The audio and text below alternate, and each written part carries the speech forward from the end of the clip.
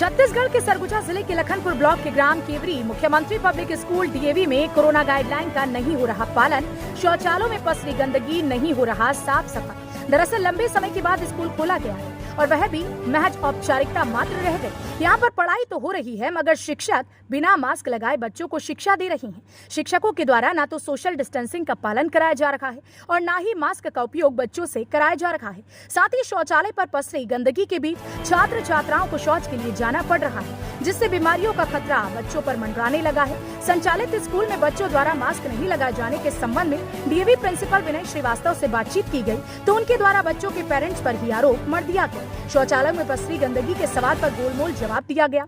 बहरहाल शिक्षा के नाम पर सिर्फ व्यापार किया जा रहा है और भारी भरकम फीस परिजनों से वसूली जा रही है और जो व्यवस्था होनी चाहिए वहाँ नदारत दिखाई दे रही है, जबकि परिजनों से भारी भरकम रकम मेंटेनेंस के नाम पर एडमिशन के समय पहले ही ले ली जाती है और फैसिलिटी के नाम पर उन्हें ठगा सा महसूस कराया जाता है। छत्तीसगढ़ के सरगुजा जिले से महेंद्र पाल की रिपोर्ट।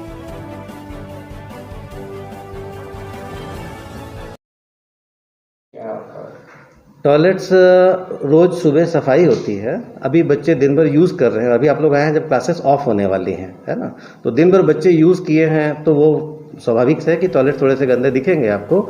और अभी जब बच्चों की छुट्टी होगी उसके बाद फिर से सफाई हो जाएगी, फिर फ्रेश मिलेगा। अगर ऐसा आपको लग रहा है तो हम फिर से दिखवा लेंगे, हम साफ करवा देंगे। कोरोना का गाइडलाइन का पालन हम कर रहे हैं, लेकिन कई बार क्या होता है कि बच्चे हमारी इंस्ट्रक्शंस के बाद भी थोड़ा सा व्यवस्थित रूप से नहीं मैनेज कर पाते हैं। अभी बहुत सारे बच्चे जो है वो गाड़ियों में आते हैं तो वैन में आते हैं, वैन में वो एक साथ भर के आ जाते हैं। इसके लिए भी हम लोगों ने पेरेंट्स को पहले से बताया हुआ है। हाँ, उसके लिए हम लोगों ने सारे पेरेंट्स को हम लोगों ने गाइडलाइन दिया हुआ है और सबको हमने रिटर्न में दिया हुआ है। ये हमने सबसे गूगल फॉर्म्स पे उनका कंसेंट भी लिया है कि कोरोना का पालन करते हुए आप बच्चों को स्कूल भेजेंगे। अगर कुछ कक्षाओं में ऐसे बच्चे बैठ गए थे तो हम उसको भी ध्यान देंगे, उसको ठीक करा लेंगे। सर, जो स्थिति में बिल्डिंग अभी कहीं जर्जर और सीपेज की भी बात सामने आ रही है तो उसमें क्या फर्क दिया आपने? हमने सूचना दी हुई है पीडब्ल्यूडी विभाग को और हमारी एक्चुअली सूचना जो भी जाती है वो आरएमएसए के माध्यम से दी जाती है।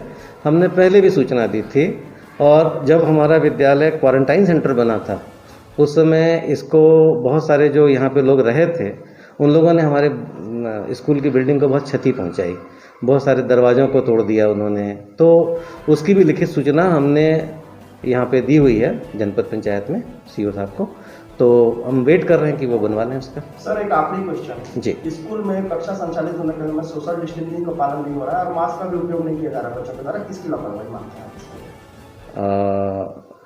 मास्क के लिए हमने सारे पेरेंट्स को सूचना दी हुई है और उनको हम बार बार बुलाते भी हैं इस बात के लिए। अभी हमने पेरेंट्स मीटिंग में बात को फिर से बोला हुआ है, तो हम कह सकते हैं कि अंशतः गलती पेरेंट्स की है और हम स्कूल में एक बार बच्चा आ जाता है उसको हम यहाँ से वापस भेज नहीं सकते हैं, तो हम पेरेंट्स को खबर करने की कोशिश करते हैं कि वो इम्प्लीमेंट करें। बच्चों को भी समझाइश दी जाती है। और जहाँ तक बात सोशल डिस्टेंसिंग की है तो कक्षा में बच्चे कई बार आसपास बैठ जाते हैं। हमारी कोशिश है कि बच्चों को हम सोशल डिस्टेंसिंग का पालन कराएं।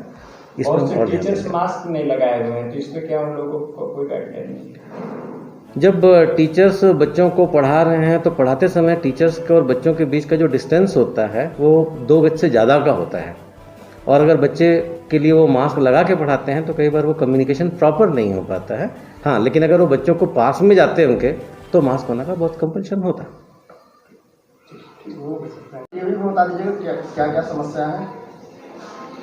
नहीं, डीएवी में समस्या हमारे लेवल से कुछ भी नहीं है। हमारे प्रबंधन ने जैसा हमको आदेशित किया है उस हिसाब से हम क्लासेस चला रहे हैं।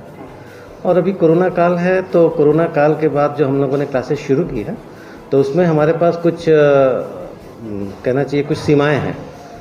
तो उस लिमिटेशंस के अंदर अभी हम मुख्य विषय की जो कक्षाएँ चला रहे हैं वो हमारी कक्षाएँ चल रही हैं। हम कक्षा अभी केवल 4 जो पीरियड्स है तो सुबह 9 बजे से 12:30 बजे तक कक्षाएं चलती हैं। वो हमारे मुख्य विषयों की कक्षाएं चल रही हैं। सर, छोटे बच्चों को कहना है कि यहाँ जीके और कंप्यूटर की पढ़ाई हो। हाँ, ऐसा कैसे? क्योंकि अभी मुख्य विषय जो हैं हम लोगों ने उस पर फोकस किया है। जीके, मोरल साइंस, कंप्यूटर, ये उनके लिए ग्रेडिंग सब्जेक्ट्स हैं।